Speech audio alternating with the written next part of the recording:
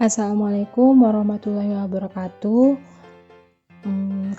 Ini adalah video pembelajaran yang terakhir di mata kuliah Legal Drafting, dan beberapa materi yang akan termuat di dalam video ini adalah materi-materi untuk beberapa minggu yang digabung jadi satu. Saya akan mencoba membuat video ini seringkas mungkin tanpa banyak mengurangi materi yang seharusnya disampaikan. Yang pertama adalah mengenai penyusunan RUU. Nah, RUU yang mau dibahas dalam video ini tuh RUU yang merupakan usulan dari DPR ya. Kalau RUU itu usulan dari pemerintah, maka itu sebenarnya udah dijelaskan sekilas brief oleh saya di pertemuan tatap muka sebelumnya. Nah, sekarang yang mau saya bahas adalah RUU yang usulannya datang dari DPR. Nah, RUU yang datang dari DPR itu bisa diusulkan oleh anggota DPR atau komisi atau gabungan komisi, bisa juga oleh badan legislasi atau oleh DPD. Kalau dia RUU-nya diusulkan oleh anggota DPR, maka anggota DPR dapat meminta dukungan dari sistem pendukung legislasi dan dapat meminta masukan dari masyarakat ya. Karena ini RUU-nya datang dari anggota, jadi perorangan anggota DPR, maka tidak ada mekanisme untuk RUU yang datang dari anggota DPR untuk membentuk panitia kerja. Sementara kalau RUU itu datangnya dari usulan komisi, gabungan komisi, badan legislasi atau DPD, maka ada mekanisme pembentukan panitia kerja.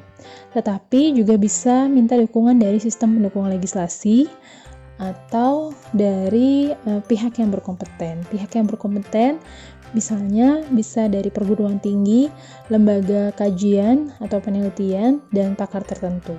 Jadi karena RUU ini datang dari komisi, gabungan komisi, badan legislasi atau DPD yang lebih dari satu orang gitu ya, kelompok, maka ada pilihan mekanisme membentuk panitia kerja. Tetapi apakah usulan RUU itu datang dari anggota DPR atau dari komisi atau dari gabungan komisi, dari badan legislasi atau DPD? Pada tahapan penyusunan selalu ada mekanisme yang mendengarkan masukan, meminta masukan dari masyarakat. Kalau dia dari usulan dari anggota DPD, maka mekanisme untuk mendengar atau mendapat masukan dari masyarakat itu lebih sederhana, bisa langsung dilakukan karena setiap anggota dewan itu punya dana untuk datang ke konstituennya, ke masyarakat gitu ya.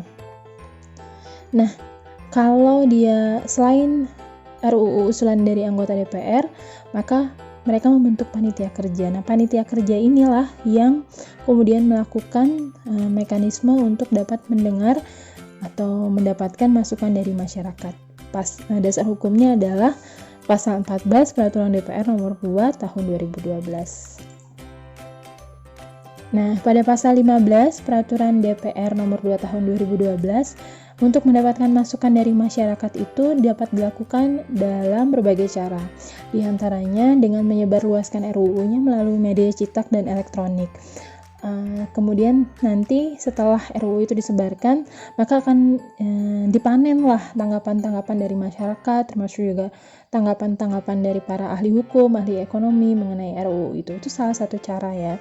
Cara lainnya yaitu rapat dengar pendapat umum, kunjungan kerja ke daerah, dan kunjungan ke luar negeri. Khusus untuk kunjungan ke luar negeri, itu harus mendapatkan persetujuan dari pimpinan DPR.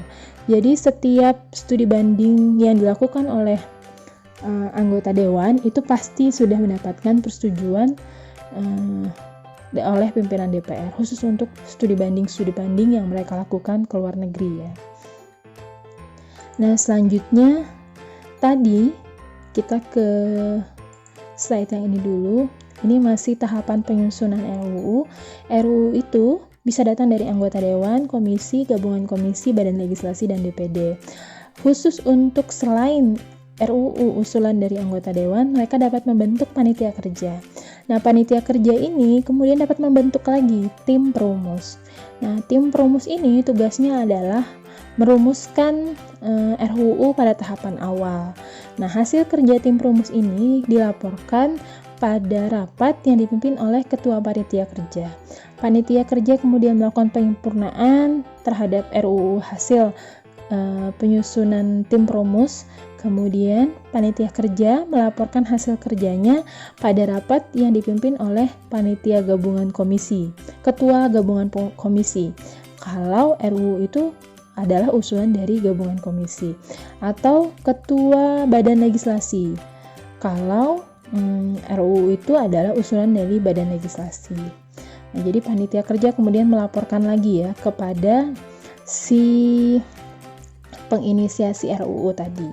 Nah, kemudian setelah selesai pada tahapan ini penyusunan RUU-nya, RUU tadi dilaporkan ke badan legislasi untuk dilakukan pengharmonisasian, pembulatan, dan pemantapan. Nah, setelah selesai baru boleh badan legislasi melaporkan ke pimpinan DPR. Nah, badan legislasi tadi tugasnya mengharmonisasi, membulatkan, dan memantapkan RUU usulan dari kalau tidak dari anggota komisi ya dari komisi, gabungan komisi, dan lain-lain tadi ya. Nah, yang dilakukan oleh badan legislasi adalah memeriksa aspek teknisnya, aspek substansinya juga, dan asas pembentukan peraturan perundang-undangnya. Aspek teknisnya ini adalah tata cara penulisan peraturan perundang-undangan, teknik penulisan peraturan perundang-undangan ya. Jadi ini mengacu kepada aturan yang disyaratkan oleh Undang-Undang Nomor 12 2011. Selanjutnya aspek substansi, yaitu substansi dari RUU-nya. Dan yang terakhir adalah asas pembentukan peraturan perundang-undangannya. Ini mengacu kepada pasal 5 Undang-Undang Nomor 12 2011. Nah, selanjutnya setelah selesai diharmonisasi, dibulatkan, dan dimantapkan oleh badan legislasi, diajukan ke pimpinan DPR. Nah, pimpinan DPR kemudian melaporkan kepada badan musyawarah. Tugas badan musyawarah adalah menjadwalkan rapat paripurna untuk pengambilan keputusan menjadi RUU dari DPR. Jadi RUU dari DPR tadi itu bisa jadi, kalau mau ditelusuri, RUU itu sebenarnya datang dari, kalau tidak dari anggota DPD, komisi, gabungan komisi, badan legislasi, atau dari anggota DPR. Jadi RUU dari DPR tadi kita harus cari telusuri lagi ke akarnya, awalnya RUU itu usulan dari siapa gitu ya. Nah, setelah itu badan musyawarah menetapkan tanggal untuk rapat paripurna, dan pada rapat paripurna dilakukan dengan mendengar pendapat fraksi. Jadi RUU dari anggota DPR, RUU dari komisi, RUU dari gabungan komisi gitu. Apakah RUU itu bisa menjadi RUU dari DPR yang akan masuk kepada tahapan pembahasan, tahapan selanjutnya. Keputusan rapat paripurna bisa berupa persetujuan dengan perubahan, atau penolakan. Kalau dia persetujuan tanpa adanya perubahan, maka kemudian RUU itu diserahkan kepada presiden untuk diketahui oleh presiden, dan siap untuk selanjutnya dilakukan tahapan berikutnya, yaitu pembahasan. Ini dasar hukumnya Undang-Undang Nomor 12 2011, kemudian Undang-Undang Nomor 15 Tahun 2019, dan juga Peraturan DPR Nomor 2 Tahun 2012. Selanjutnya masuk ke tahapan pembahasan RUU. RUU bisa datang dari presiden, dari DPR, atau dari DPD. Nah, pada pembahasan, presiden bisa diwakili oleh menteri terkait, dan kalau dia pada tingkat pembahasan ya, presiden bisa diwakilkan oleh menteri terkait, kemudian juga ada DPR dan ada DPD. Nah, DPD diikutkan pada tahapan pembahasan RUU bila RUU itu menyangkut yang pertama otonomi daerah, yang kedua hubungan pusat dan daerah, Yang ketiga, pembentukan, pemekaran, dan penggabungan daerah. Keempat, pengelolaan sumber daya alam dan sumber daya ekonomi lainnya. Dan perimbangan keuangan pusat dan daerah. DPD juga memberikan pertimbangannya kepada DPR atas RUU tentang APBN dan RUU yang berkaitan dengan pajak, pendidikan, dan agama. Nah, meskipun RUU itu mengenai otonomi daerah atau mengenai 5 substansi ini, DPD hanya dapat ikut pada pembicaraan tingkat 1. Jadi tidak pada semua tingkatan pembahasannya, meskipun RUU-nya mengenai otonomi daerah misalnya. Nah, ini pembicaraan tingkat 1. Pada tahapan pembahasan ada pembicaraan tingkat 1 dan pembicaraan tingkat 2. Pembicaraan tingkat 1 dilakukan kegiatan yaitu pengantar musyawarah. Yang kedua, pembahasan daftar inventarisasi masalah, dan yang ketiga, penyampaian pendapat mini. Nah, pengantar musyawarah ini kayak pembukaan gitu, latar belakang gitu. Kenapa RUU ini penting untuk dibahas, untuk segera dibahas, untuk dijadikan RUU gitu. Maka ini pengantar awalnya. Kemudian pembahasan dan daftar inventarisasi masalah dari RUU itu, dan penyampaian pendapat mini. Pada pembicaraan tingkat 2, dilakukan penyampaian laporan yang berisi proses pendapat mini praksi, pendapat mini DPD, dan hasil pembicaraan tingkat 1. Kemudian pernyataan persetujuan atau penolakan dari tiap-tiap praksi dan anggota secara lisan yang diminta oleh pimpinan rapat paripurna. C, yaitu penyampaian pendapat akhir presiden yang dilakukan oleh menteri yang ditugasi. Kalau misalnya RUU itu datang dari DPR ya.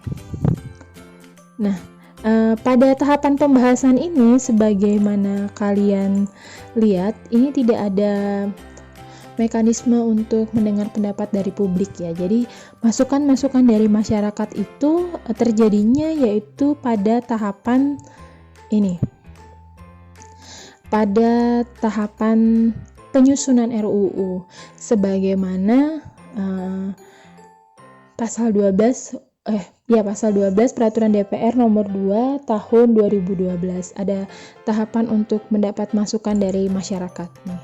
Mau dia usulan anggota DPR, komisi, gabungan komisi, badan legislasi, DPD, semua ada mekanisme untuk mendengar dan mendapatkan masukan dari masyarakat. Jadi mendengar dan mendapatkan masukan dari masyarakat mengenai RUU itu terjadi pada tahapan penyusunannya, tidak terjadi pada tahapan pembahasan. Tidak terjadi pada tahapan pembahasan. Setelah disetujui, kemudian RUU itu disahkan. Ada beberapa poin penting mengenai pengesahan RUU.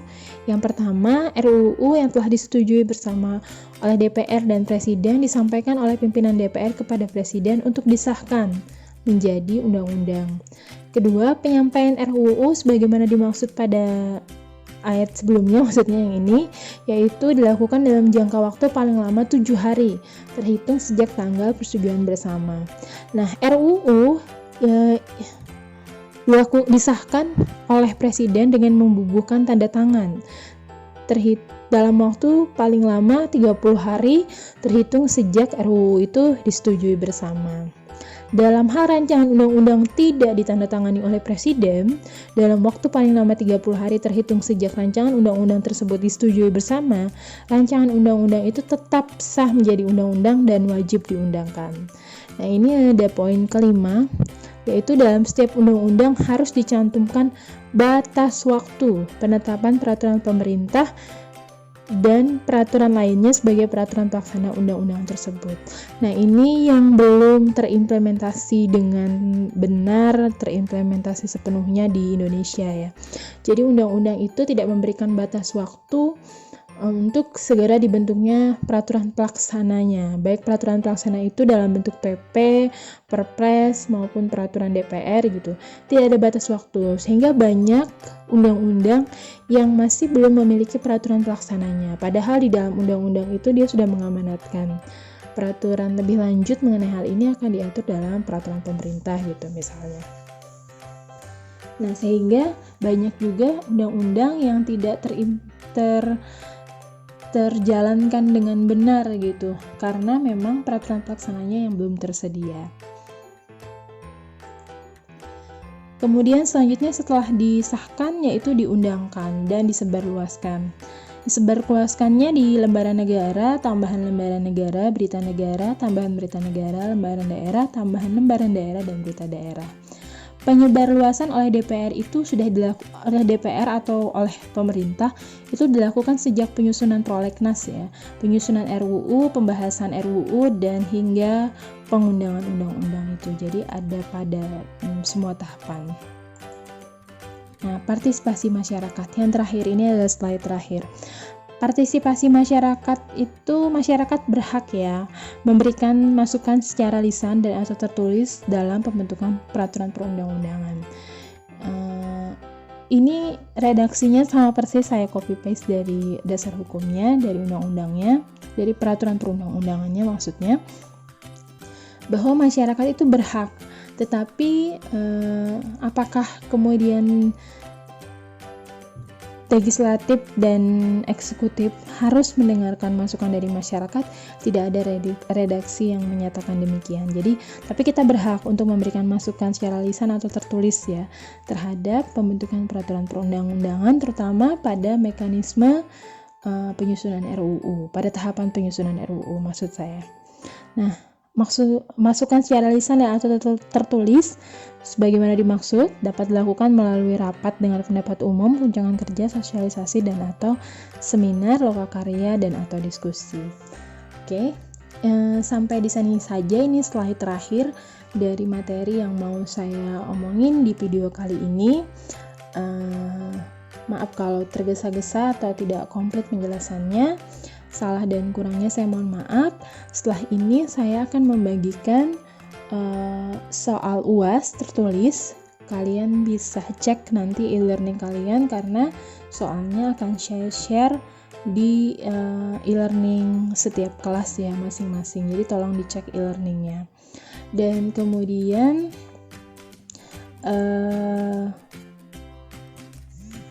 ada kuis juga nanti sebelum UAS yang akan saya berikan. Kuis ini just a choice, kalau kalian mau kerjakan boleh, kalau tidak pun nggak apa-apa gitu.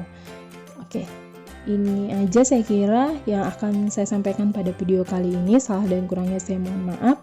Wassalamualaikum warahmatullahi wabarakatuh.